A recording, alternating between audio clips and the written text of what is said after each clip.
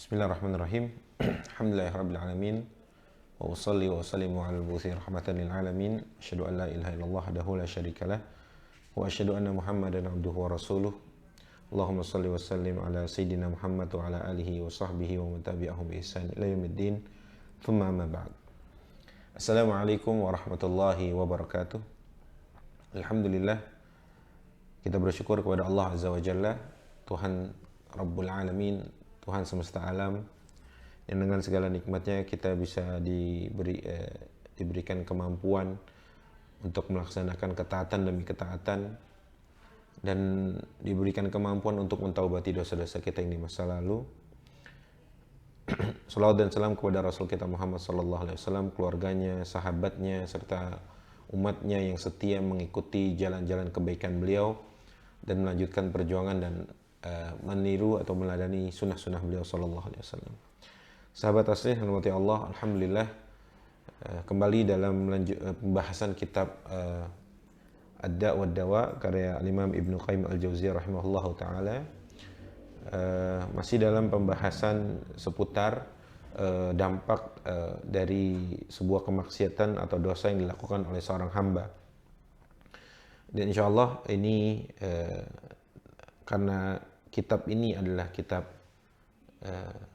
yang bercerita tentang dosa dan cara menyembuhkannya. Ya, kitab ini adalah kitab yang dibahas atau ditulis oleh Ibnu Qayyim karena atas dasar pertanyaan seseorang yang ingin lepas dari dosa, maka pembahasan yang beliau bahas dengan keluasannya ilmu beliau, maka pembahasannya semakin rinci dan semakin rinci. Baik, mari kita lanjut. Kita telah sampai di pasal baru, faslun, di halaman 152. Ya. Faslun wa minha hirmanu da'wati Rasulillah sallallahu alaihi wasallam wa da'watul malaikah.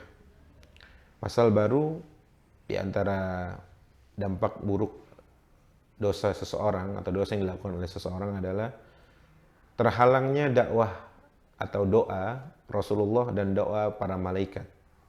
Fa innallaha subhanahu amara nabiyahu an yastaghfira lil mu'minina wal mu'minat. Sebab Allah Azza wa Jalla memerintahkan nabinya, yaitu Rasul sallallahu alaihi wasallam, untuk memintakan ampun bagi mereka al-mu'minin dan al-mu'minat. Allah berfirman, a'udzubillahi minasyaitonir rajim, dalam surat Ghafir ayat 7 sampai 9, alladzina yahmiluna al-'arsy wa man hawlahu yusabbihuna bihamdi rabbihim wa yu'minuna bih wa yastaghfiruna lilladzina amanu rabbana wasi'ta kulla syai'in rahmatan wa ilma waghfir lilladzina tabu wattaba'u sabilaka waqihim 'adzabal jahim rabbana wadkhilhum jannati 'adnin allati wa'adtahum wa man salaha min abaihim wa azwajihim wa dhurriyyatihim innaka antal azizul hakim waqihimus sayyi'at. Di ayat yang disebutkan tadi bahwa para malaikat Allah yang memikul arsy Allah dan yang sekitarnya bertasbih memuji Allah, dan mereka beriman kepada Allah, dan mereka memintakan ampun kepada orang-orang yang beriman dan lain sebagainya. Di antaranya adalah ini, orang-orang yang berbuat dosa, mereka terhalang dari doa malaikat. Doa malaikat, ya. Fahadha du'aul malaikatil mu'minin taibin. Maka doa malaikat tadi di atas tadi, di ayat dalam surat Ghafir tadi, doa diperuntukkan bagi orang-orang yang beriman, yang senantiasa taubat, wal mudbi'ina li kitabihi, yang senantiasa menjadikan Quran dan sunnah Rasul sebagai petunjuk hidupnya, alladzina la sabila lahum ghairahuma, yang mereka menganggap bahwa tidak ada jalan keselamatan melainkan jika seseorang harus kembali kepada Al-Quran dan As-Sunnah. Fala yatma'u ghaira haula'i bi ijabati hadhihi da'wah id lam yattasib bi sifatil mad'u lahu biha wallahu. Maka doa yang disampaikan oleh malaikat tadi, jika tidak terarah atau tidak diperuntukkan kepada orang yang tidak punya sifat-sifat demikian. Artinya, sahabat asli, bahwa orang-orang yang berdosa atau orang-orang yang senantiasa berbuat dosa, dia mendapatkan kerugian, yaitu kerugian tidak terhalangnya dari doa Rasulullah dan terhalangnya dari doa para malaikat. Yang para malaikat itu senantiasa memintakan ampun bagi orang-orang yang beriman. Jadi laki-laki maupun yang perempuan. Baik, pasal baru faslun, ini hadis yang panjang. Ini hadis dari Samurah bin Jundub. Hadis ini panjang sekali. Tentang bahayanya atau akibat atau ancaman atau dampak kemaksiatan seseorang. Kita baca, ma rawahul Bukhari fi sahihi min hadithi Samurah ibn Jundub. Hadis dari Samurah bin Jundub, sahabat Nabi sallallahu alaihi wasallam. Qala, ia berkata, kana Nabi sallallahu alaihi wasallam mimma yukthiru an yaqula li ashabi. Nabi itu sering bertanya kepada sahabatnya, hal ra'a ahadun minkumul barihata ru'yan.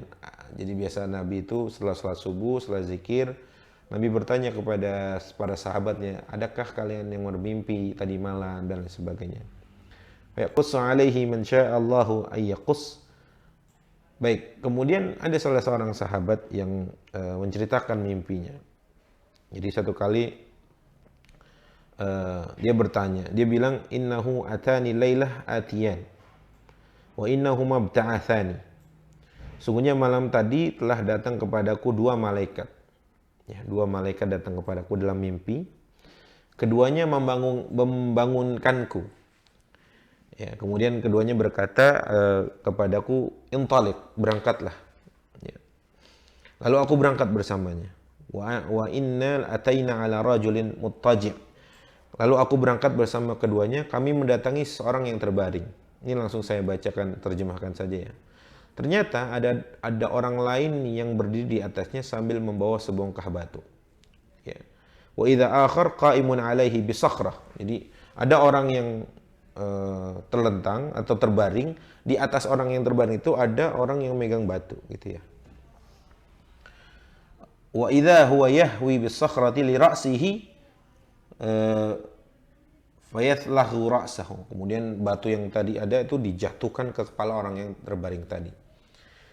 Kemudian memecahkan kepalanya. Fayatlahu ra'sahu. Fayatadah al-hajar hahuna. Lalu batu itu tadi yatadahda itu menggelinding ya, ke arah sini, ke arah sana, menjatuh dan lain sebagainya.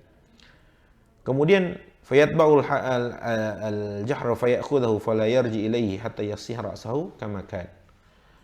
Maka ia pun mengikuti batu itu lalu mengambilnya lagi, kemudian namun ia tidak segera kembali menjatuhkan batu itu ke kepala orang yang terbaring lagi tadi. Artinya berulang kali gitu. Seperti yang dilakukan pertama kali. Jadi orang yang mimpi tadi, sahabat Nabi tadi mimpi bahwa tadi dia diajak dua malaikat, bertemu dua orang, yang satu terbaring, yang satu megang batu di atas kepalanya, batu besar, sakhra, kemudian ditimpakan batu itu menggelinding, diambil lagi sampai pecah, terbalik lagi dan sebagainya. Kemudian qala qultu lahuma subhanallah ma hadani qala li. Kemudian orang yang tadi bermimpi bertanya kepada malaikat tadi, apa ini? Udah, pergi lagi, berangkat lagi, ayo kita berangkat lagi. Baik, disuruh berangkat lagi kan. Kemudian kami berangkat lagi, fantalaqna fa ataina ala rajulin mustalqin liqafah. Yang selanjutnya ada orang yang terlentang pada tengkuknya. Ini qafah itu di sini tengkuknya. Ada yang terlentang melihat ke atas, terbaring juga. Dan yang lain ada satu orang, wa idza akhar qa'imun 'alaihi bikalubin min hadid. Yang satu lagi berdiri di atasnya sambil membawa kait yang terbuat dari kait itu kayak rantai atau sesuatu yang tajam yang bisa mengait seseorang yang terbuat dari besi. Wa idza huwa ya'ti ahada shiqqai wajhihi fayusharshiru shidqahu ila qafah. Tiba-tiba ia di tengah sebelah wajah, tiba-tiba ia datangi sebelah wajah orang yang terlentang tadi, lalu dirobek dengan kait yang tadi. Ya, jadi dirobek yang apa? Dengan apa tadi? Kait yang tajam yang terbuat dari besi itu. Mulai dari sebelah mulutnya sampai ke tengkuknya, dari sini mungkin kalau kita bisa gambarkan dari sini sampai robek ke belakang gitu, pakai kait yang tadi. Mulai dari lubang hidungnya sampai tengkuknya lagi, dari sini dirobek lagi belakangnya gitu ya. Dan mulai dari matanya hingga tengkuknya, dari mata sampai pokoknya dari beberapa ini kemudian ujungnya di sini di belakang. Ya. Sampai akhirnya orang itu berpindah ke sebelah wajah lainnya. Jadi yang tadi sebelah sini ke arah sini. Artinya orang ini diazab, dia lagi disiksa seperti itu. Ya.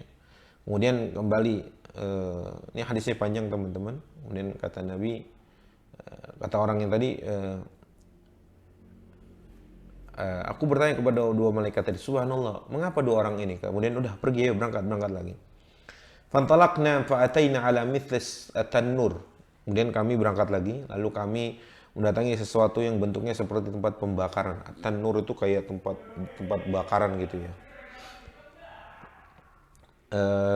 Ternyata di dalamnya ada fa'idha fihi labtun wa aswat. Ada teriakan, ada suara, ada teriakan keras gitu ya. Kemudian Nabi SAW, kami lihat di dalamnya gitu. Ternyata di dalamnya ada kaum laki-laki dan perempuan. Ya. Fa'idha fihi rijalun wa nisa'un urat. Ada laki-laki dan perempuan yang tidak pakai sehelai benang pun, telanjang. Ya. Wa idza hum ya'tihim lahabun min asfala minhum. Kemudian tiba-tiba mereka diterpa ada api yang menjilat dari bawah mereka. Maka setiap kali api itu datang mereka berteriak-teriak gitu ya. Fa idza atahum dzalikal lahab daw. Setiap kali ada jilatan api itu dia akan berteriak dan sebagainya. Qala qultu lahu ma haula qala li intaliq. Udah ditanya lagi apa itu, udah berangkat lagi. Artinya teman-teman ini semuanya diperlihatkan azab dan lain sebagainya. Kemudian telah sampai lagi fantalaqna fa ataina ala nahrin hasibtu annahu kana yaqul. Ya, maka kami pun berangkat lagi. Kami mendatangi sebuah sungai, ya, ada nahar yang warnanya merah seperti darah. Ternyata di sungai itu ada seorang yang sedang berenang, ya. Wa idza fi nahri rajulun sabihun yasbah. Ada seseorang yang lagi berenang di sungai yang seperti darah itu merah. Wa idza ala syattin nahri rajulun qad jama'a indahu hijaratan katsira. Sementara di tepi sungai yang merah tadi ada orang yang sedang mengumpulkan batu-batu yang banyak. Wa idza dzalika as-sabih yasbahu ma yasbah, thumma ya'ti dzalika alladhi qad jama'a indahu al-hijara wa yaghfaru lahu fahu fayalqihu hajaran. Tiba-tiba ketika orang itu tengah berenang yang tadi, ia datang menepi menuju orang yang mengumpulkan batu. Jadi yang lagi berenang di sungai yang darah itu menepi, kemudian yang mengumpulkan batu tadi membuka mulut orang yang lagi berenang, dibuka mulutnya gitu ya, lalu menjejalkan batu-batunya ke dalam itu. Kemudian dia berenang kembali, lalu kembali lagi kepada, pokoknya setiap kali itu di berenang ntar kembali dan sebagainya. Itu beberapa kondisi atau gambaran yang tadi diperlihatkan. Kemudian Nabi mengatakan, malam ini aku benar-benar melihat hal-hal yang menakjubkan sekali. Keduanya menjawab, akan aku ceritakan. Nah, artinya malaikat ini cerita kepada Nabi. Malaikat dua tadi itu bercerita kepada Nabi. Kemudian apa? Ammar rajul al-awwal alladhi ataita alaihi yuthlughu ra'sahu bil hajar fa innahu ar-rajulu ya'khudhu bil Qur'an fayarfuduhu wa yanamu 'anis salatil maktubah. Adapun orang pertama yang engkau datangi tadi, yang kepalanya dipecahkan dengan batu, ialah orang yang faham Al-Quran, namun kemudian ia meninggalkan ketentuannya, dia tidak berakhlak dengan Quran, dan tidur melalaikan sholat wajib. Maka orang demikian diperlakukan seperti itu di hari kiamat. Na'udzubillah. Wa amar rajulul ladzi ataita alaihi yusharsharu shidquhu ila qafah wa minqarahu ila qafah wa aynahu ila qafah fa innahu ar-rajulu yaghdu min baitihi fayakdhibu al-kadhiba tablughu al-afaq. Orang yang kedua yang tadi disobek dari ujung mulut, dari ujung mata sampai ke belakang tengkuknya, itu adalah orang-orang yang kerjaannya sejak pagi-pagi dia keluar dari rumah lalu melakukan kedustaan-kedustaan hingga mencapai kaki-kaki langit. Ada dustanya sebegitu banyaknya. Maka orang yang melakukan hal-hal demikian di di dunia, Allah perlakukan di akhirat demikian. Alhamdulillah. Kemudian wa ammar rijal wan nisa al-urah alladzina fi mithli tanur fahum az-zunah waz-zawani. Adapun orang yang ketiga yang kalian lihat, yang kamu lihat tadi wahai Muhammad, ada orang laki-laki dan perempuan telanjang di seperti ada tungku pembakaran itu, yang dia berteriak-teriak saat api menyala kemudian menjilat mereka, melahap mereka. Itu adalah para pezina dari laki-laki dan perempuan di dunia. Wa amar rajul, yang keempat, wa amar rajul alladhi ataita alaihi yasbah fin nahri wa yalqamul hajar fa innahu akilur riba. Adapun yang model keempat, orang yang berenang di sungai darah kemudian mulutnya dijejali oleh batu-batu, itu adalah mereka yang senantiasa di dunia adalah pemakan riba. Na'udzubillah. Maka teman-teman yang rahmati Allah, ini apa ya, dari beberapa potret atau tadi yang sangat mengerikan itu, ini bahwa apapun yang kita lakukan di dunia ini pasti ada balasannya, pasti ada balasannya di akhirat nanti. Maka ini sungguh kita lebih hati-hati ya saat kita melakukan hal-hal yang tidak Allah senangi, dan kita menjauhi hal-hal yang tidak Allah senangi, dan kita kembali kepada hal-hal yang Allah sukai. Baik. Kemudian fantalaqna fa'atayna 'ala rajulin karihil mar'at ka'akrihi ma anta ra'in rajulan mar'an wa idza huwa indahu narun yuhsha wa yasaha. Ini panjang sekali sebenarnya teman-teman. Kita singkat saja ke beberapa tadi, karena kita fokusnya kepada tadi ancaman-ancaman. Kita sampai sekarang di pasal yang baru. Ya, pasal yang baru. Di halaman 157. Intinya tadi di pasal sebelumnya itu hadis panjang sekali yang diceritakan atau diriwayatkan oleh sahabat mulia Samurah bin Jundub radhiyallahu anhu, yang menggambarkan kondisi orang-orang yang senantiasa melakukan dosa di dunia dan dibalas oleh Allah di akhirat dengan hal-hal demikian. Baik, faslun, pasal yang selanjutnya, qala al-mu'allif rahimahullah, wa min athari adh-dhunubi wal ma'asi annaha tuhdithu fil ardi anwa'an min al-fasadi fil miyah wal hawa waz zuru' wal thimar wal masakin. Di antara dampak dosa dan maksiat itu, dosa-dosa itu memberikan dampak pada bumi ini, baik airnya, kerusakan pada airnya, udaranya, kemudian tanaman-tanamannya, buah-buahannya, dan tempat-tempat tinggalnya. Masya Allah. Maka kalau mungkin kita merasa, panas sekali hari ini, jangan-jangan sebab dosa-dosa kita juga itu. Jadi hawanya berubah, suhunya berubah, airnya tidak sejernih itu dan sebagainya. Allah berfirman dalam surat Ar-Rum ayat 41, "Zaharal fasadu fil barri wal bahr bima kasabat aydin nas liyudhiqahum ba'dal ladzi 'amilu la'allahum yarji'un." Telah tampak kerusakan di atas muka bumi ini, baik di darat dan lautan, dengan sebab tangan-tangan manusia. Dengan sebab tangan-tangan kita, ada banjir dan lain sebagainya.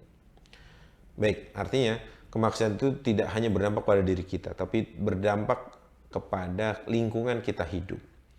Ya tempat tinggal, ya tanaman, ya air, ya udara, ya suhu, dan lain sebagainya. Maka kita ini berarti punya tanggung jawab untuk menjaga diri kita dari berbuat dosa, agar orang-orang selain kita atau bahkan lingkungan kita lebih terjaga dengan sebab kita tidak melakukan dosa dan kemaksiatan.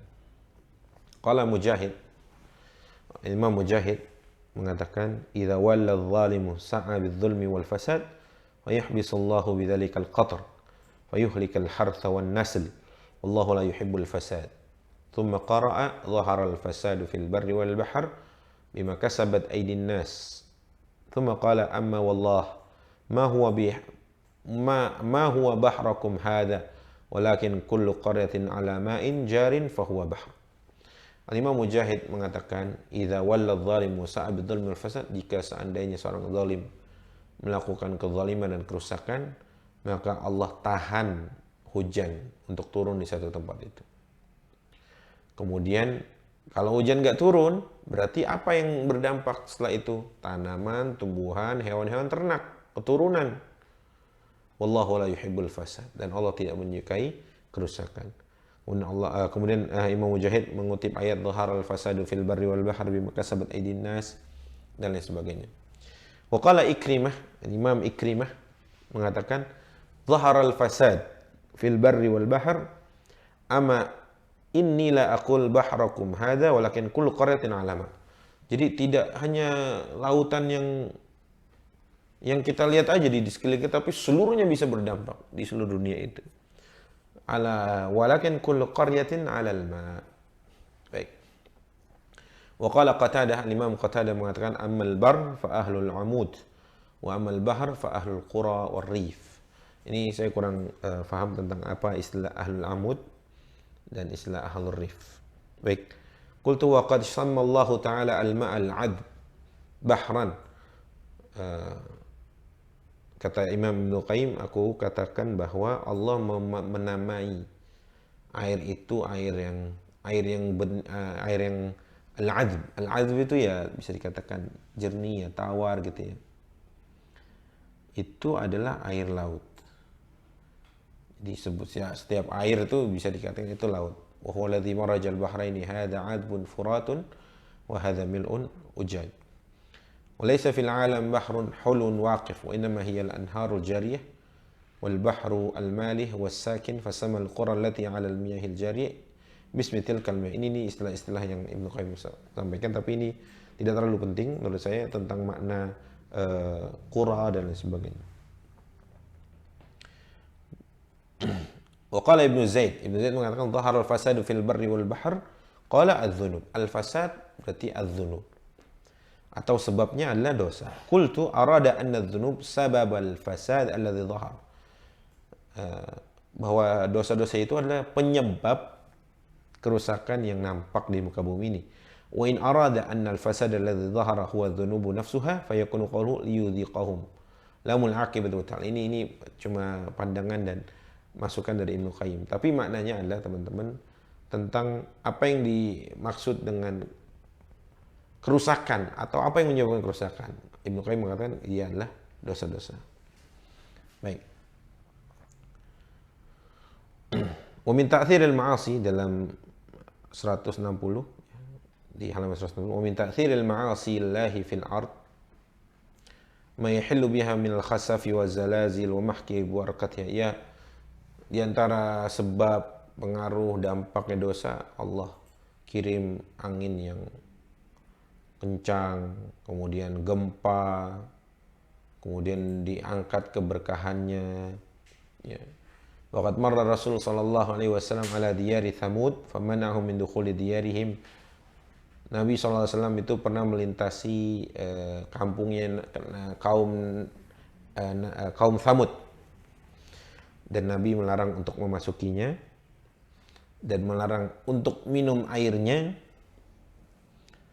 Juga tidak boleh ngambil air dari laut-lautnya atau sumur-sumurnya.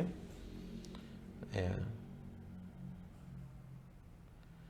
Artinya ini Nabi mewanti-wanti kita bahwa ini ada kaum di sini dulu, kaum yang bermaksiat kepada Allah dan diazab oleh Allah, sampai kita melintasinya pun segera buru-buru, nggak boleh minum dan sebagainya. Itu kan dampak dari maksiat. Sehingga Nabi melarang airnya, pasti airnya nggak bagus di situ. Itu airnya pasti nggak bagus, sebab di situ adalah kampungnya orang-orang yang tidak taat kepada Allah. Kemudian wa kadzalika syu'mu ta'thir adz-dzunub fi naqsi ath-thimar wa ma turma bihi min al-afat. Dan di antara dampak buruknya kemaksiatan itu buah itu jadi kurang bagus kualitasnya. Kemudian banyak banyak cacatnya buah itu ya, buah-buahan itu. Wa qad dzakara al-Imam Ahmad fi musnadih fi dhimni haditsin qala wujidat fi khazain Bani Umayyah hintah al-habbatu bi qadri nuwatit tamr wa hiya fi surratin maktub 'alaiha hadha kana yanbutu fi zamanil 'adl. Ya. Pernah ditemukan di zaman Imam Ahmad dalam Musnad Imam Ahmad ditulis gitu. Wujidat fi khazaini Bani Umayyah hintah. Dulu ditemukan di gudang-gudangnya Bani Umayyah ada hintah itu ya gandum. Al-habbatu bi qadri nuwatit tamr. Jadi satu butirnya itu setara dengan sekian banyak kurma gitu ya. Wahiyya surratu maktubin alaih. Jadi tertulis di atasnya hadza kana yanbutu fi zaman adl. Kenapa ini mahal? Karena gandum ini bertumbuh di zamannya penuh keadilan. Jadi Masya Allah tuh satu biji gitu bisa sama kayak sekantong kurma gitu harganya. Karena beda, ini dulu di zaman adil ditanam. Zaman orang-orang pada melakukan ketaatan, zaman dimana orang-orang dekat kepada Allah dan sebagainya. Baik. Wa katsir min hadhil afat ahdatha Allah subhanahu bima ahdatha al-ibad min adh-dhunub wa akhbarani jama'atu min syuyukh as-sahra annahum kanu ya'haduna ath-thimar akbar mimma hiya al-an. Wa katsir min hadhil afat allati tusibuha lam yakunu ya'rifunaha wa inma hadathat min qurb dan lain sebagainya. Teman-teman rahmati Allah, ini beberapa akibatnya, yaitu berdampak kepada tumbuhan, ya buah-buahan, ya makanan, ya kondisi lingkungan kita secara umum, maka dosa itu syu'muha azim. Dzunub syu'muha azim. Jadi dampaknya itu sangat-sangat besar pengaruhnya kepada apapun, bahkan bisa berdampak kepada rumah kita, ya buah-buahan, ya apapun yang ada di sekitar kita. Itu saja teman-teman, rahmati Allah, semoga yang sedikit ini bermanfaat. Insyaallah kita lanjutkan di pertemuan selanjutnya, di episode selanjutnya, masih dalam pembahasan kitab Ad-Da' wad Dawa karya Imam Ibnu Qayyim al-Jauziyah di